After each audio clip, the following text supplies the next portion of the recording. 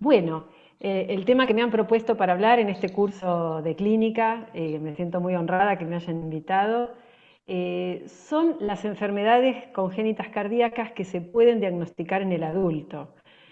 Así que bueno, yo voy a tratar de enfocarme en aquellas que requieran de habilidades de los clínicos como para ponerlas en evidencia, porque va a haber muchas enfermedades cardíacas congénitas, obviamente, que van a diagnosticarse hoy día ya desde la etapa fetal y que cuando lleguen a la adultez van a estar eh, reparadas, entonces que van a ser una anécdota en la vida del paciente. Entonces vamos a enfocarnos en algunas, quizá obviamente no en todas.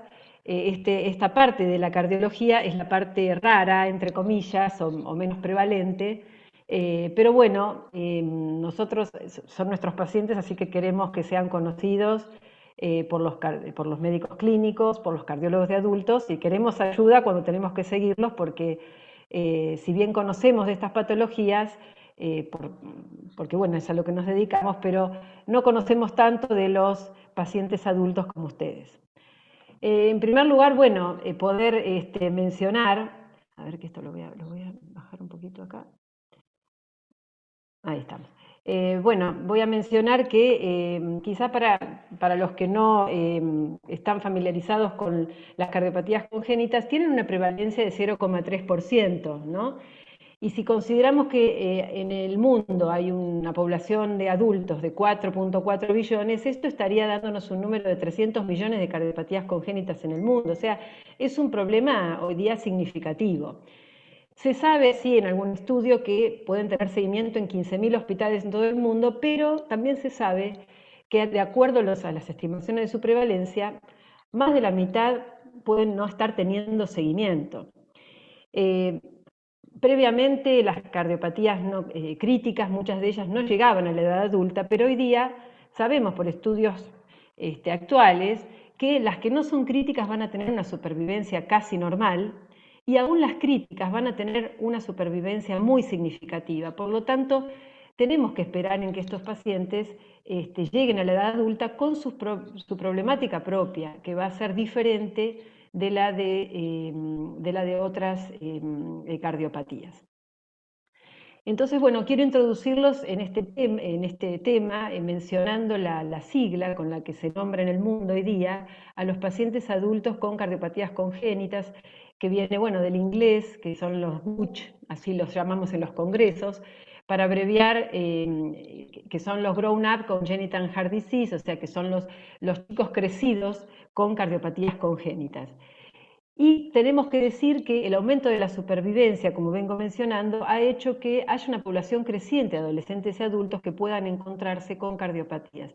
Esto es gracias al diagnóstico fetal, que nos permite tener una mejoría en su primer cuidado, a los avances en el cuidado neonatal, a la mejoría de las técnicas quirúrgicas, a que se pueden realizar reparaciones completas tempranas. Los cirujanos son excelentes, digamos, en nuestro país tenemos equipos de cirugía cardiovascular, pediátrica y neonatal excelente, y aún hay abordaje de cardiopatías fetales.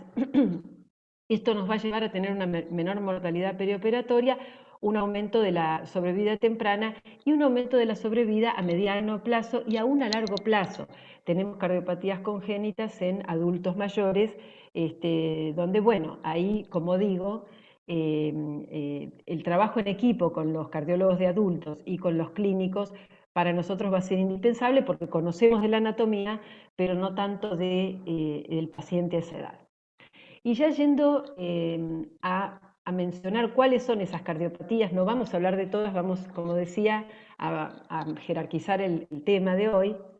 Vamos a decir que va a haber dentro de los cardiópatas adultos un gran porcentaje que, a ver si puedo poner, a ver, una pluma acá, el punterito láser.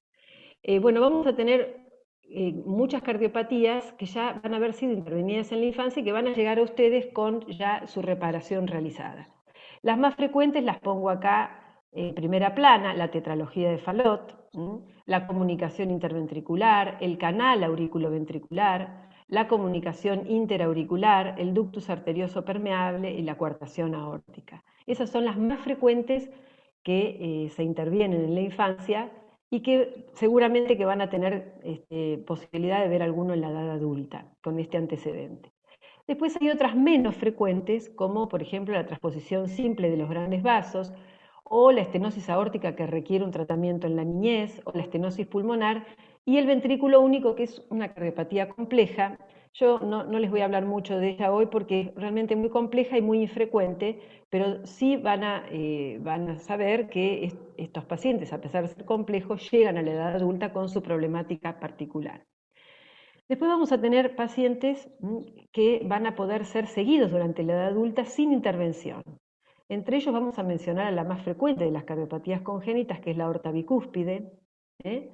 La válvula aórtica bicúspide no complicada, o sea, yo sé que ustedes han tenido clase de valvulopatía aórtica, pero bueno, a veces la válvula aórtica bicúspide, que es una cardiopatía congénita, puede llegar a la edad adulta y no haber sido detectada porque no ha tenido complicaciones como estenosis o insuficiencia. También la comunicación interventricular pequeña o restrictiva, la estenosis de la válvula pulmonar, las comunicaciones interauriculares pequeñas o la estrechez subaórtica, la estenosis subaórtica. También va a haber otro grupo de pacientes que necesiten una intervención primaria en la adultez. Por ejemplo, las comunicaciones interauriculares cuando son significativas, grandes, la estenosis aórtica de grado significativo, coartaciones aórticas que no hayan sido resueltas en la infancia, la estenosis pulmonar, algunos ductus. En la actualidad estamos siguiendo algún paciente cuyo ductus se diagnosticó en la adolescencia y hubo temor y demoras en progresar con el cierre, y hoy día estamos siguiéndolo justamente en el Hospital Pena, viendo qué alternativa tenemos para este paciente, que hoy día es un adulto y tiene un ductus con ya toda una problemática de hipertensión pulmonar. No va a ser lo frecuente, pero pueden encontrarse pacientes con ductus arterioso permeable, que es la comunicación entre la arteria pulmonar y la aorta, que es normal en el feto y que después se tiene que cerrar. Bueno, cuando falla en cerrarse, esos ductus hay que cerrarlos, y en alguna oportunidad podrán tener alguno que llegue a la edad adulta sin tener esa intervención. También puede haber comunicaciones interventriculares que necesiten una intervención primaria en la adultez. Van a ser las menos. Generalmente fíjense que la comunicación interventricular la pusimos como de reparación en la infancia. Aquellas comunicaciones que tengan un tamaño para necesitar cirugía en general van a llegar a la edad adulta ya reparadas. Pero algunas pueden estar en una situación un poco intermedia, no generar sobrecarga y necesitar de una intervención primaria en la vida adulta. Y después tenemos un grupo muy chiquito de pacientes que son no operables, son cardiopatías complejas, que a veces persisten con cianosis hasta la edad adulta, que tienen circulación pulmonar patológica que se asocia a lo complejo de la malformación cardíaca y que no van a ser operables o no van a ser completamente reparadas, van a convivir en cierta manera con los defectos intracardíacos y con la consecuencia que puedan tener en la circulación pulmonar. No voy a hablar demasiado de ellas, pero tenemos que saber que también podemos encontrarlas. Entonces, podríamos decir en general, como para organizarlos, que la clasificación de las cardiopatías congénitas del adulto, según el momento y la necesidad de intervención, vamos a decir, algunas se intervienen en la infancia, tanto sea con cirugía o muchas veces utilizando cateterismo para cerrar estas comunicaciones, como mencionó Juan Pablo, el caso de los cateterismos como para hacer una valvuloplastia con balón de la válvula mitral. Nosotros utilizamos también procedimientos por cateterismo, en nuestro caso muchas veces para cerrar defectos, ya que hablamos de que los tabiques pueden tener defectos y demás, o los ductus. Utilizamos cateterismo en muchas de estas cardiopatías. Y tenemos un segundo grupo que tiene una supervivencia natural hasta la vida adulta. Y ahí vamos a distinguir aquellos que pueden ser seguidos sin intervención terapéutica, aquellos que necesiten la intervención terapéutica en la vida adulta y aquellos inoperables, salvo que se pueda hacer un trasplante de órgano. El primer grupo, podemos más o menos mirar acá este gráfico de barras que nos va a dar una idea en porcentaje. Este es un trabajo español, pero bueno, los números están bien. Ellos mencionan la aorta bicúspide como la más frecuente. Las comunicaciones interventriculares, o sea, los defectos en el tabique interventricular pequeños, le siguen en orden. Las estrecheces de la válvula pulmonar que no tengan un grado ni siquiera moderado, un grado leve, también vamos a poder auscultarlas como un soplo, pero no van a generar una obstrucción al ventrículo derecho significativa como para necesitar un abordaje.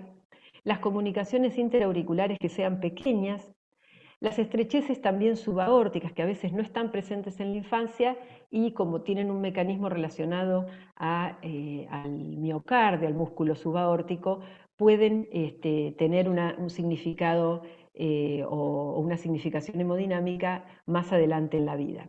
Y hay otras cardiopatías. Luego está el segundo grupo, que necesitaría intervención terapéutica primaria en la vida adulta, y acá la comunicación interauricular o CIA se va a llevar, digamos, todos los números, ¿no es cierto? Después, por supuesto, la estenosis aórtica, la coartación, la estenosis pulmonar, el ductus. La comunicación interventricular, como mencioné, ya va a venir general reparada de la infancia, pero bueno, algunas pueden necesitarlo. Y entre las inoperables o aquellas que van a ser más complejas, vamos a tener a los ventrículos únicos, patología poco prevalente, pero que sobrevive hasta la edad adulta y que tiene una complejidad importante. El síndrome de Eisenmenger, que les recuerdo eran aquellos defectos que producen cortocircuito o pasaje de sangre entre las cavidades izquierdas y derechas y van produciendo hipertensión a nivel pulmonar, y ya llegado a la edad adulta hay todo un remodelado a nivel de la vasculatura pulmonar que hacen que estos pacientes sean cianóticos y que ya en la etapa de Eisenmenger no puedan realizarse un cierre de estos defectos sin tener complicaciones.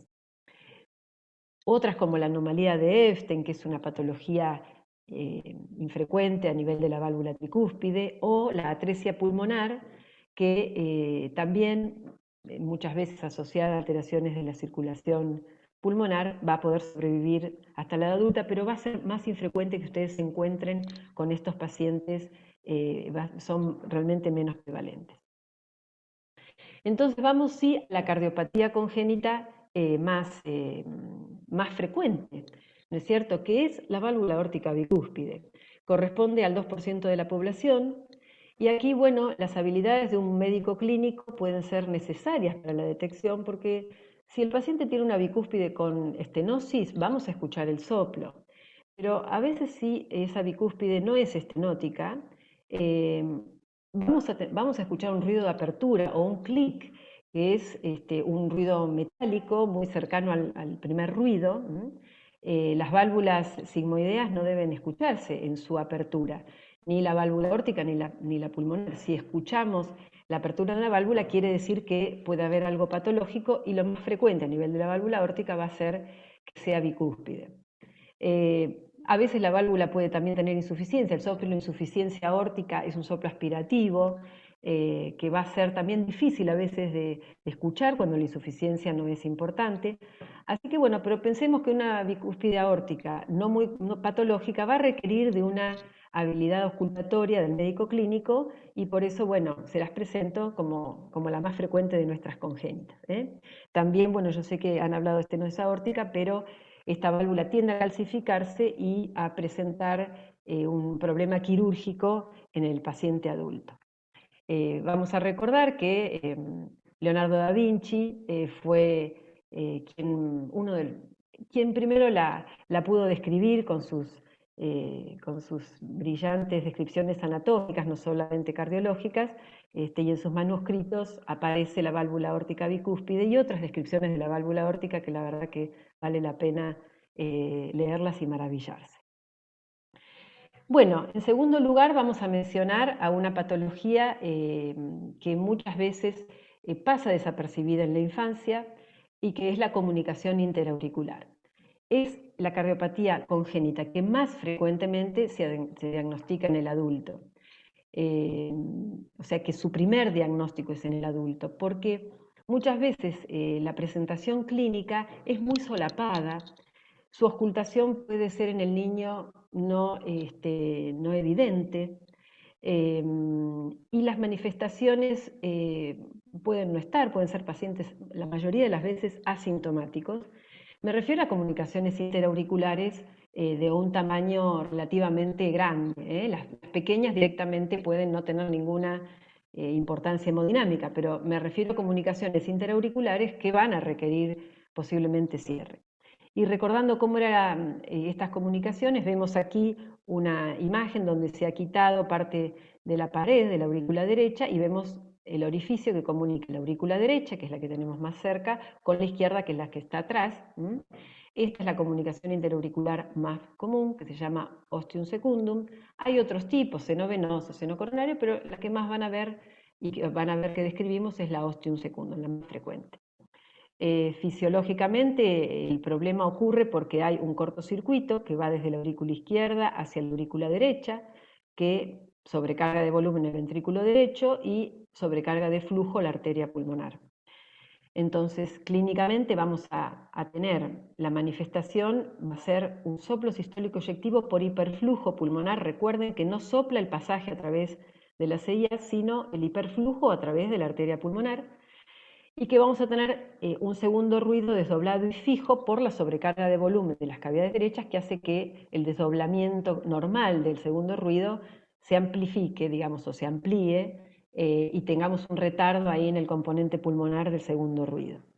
Y también, viendo que la sobrecarga de volumen atraviesa la válvula tricúspide, podemos tener en diástole un soplo diastólico por hiperflujo tricúspide entre el segundo y el primer ruido. Es mucho más suave, pero que nos puede ayudar a hacer el diagnóstico en caso de que esté presente. Si nosotros tuviéramos una radiografía, podríamos ver una cardiomegalia quizás no muy importante, con configuración derecha, con un arco medio tendido porque dilata un poco la arteria pulmonar, con hiperflujo, aquí se ve la rama pulmonar derecha más gruesa, y bueno, estas manifestaciones podrían hacernos pensar en que el paciente tenga una CIA. Si hacemos un ecocardiograma, vamos a ver, este son 4 cavidades, que en general es bien conocido por todos nosotros, todos los médicos. Acá estamos viendo cavidades derechas de este lado, cavidades izquierdas de este lado. Se ve el defecto a nivel de 4 cavidades y la dilatación que tiene de las cavidades derechas. Aquí vemos el pasaje de flujo. Bueno, les muestro, este paciente lo que tenía era además una anomalía de las venas sistémicas, que es otra cosa que también a veces no se llega a ver hasta la edad adulta, que es que uno puede tener a veces 2 venas cavas superiores, por ejemplo. Ay, se me detiene porque la ventana compartida, perdón,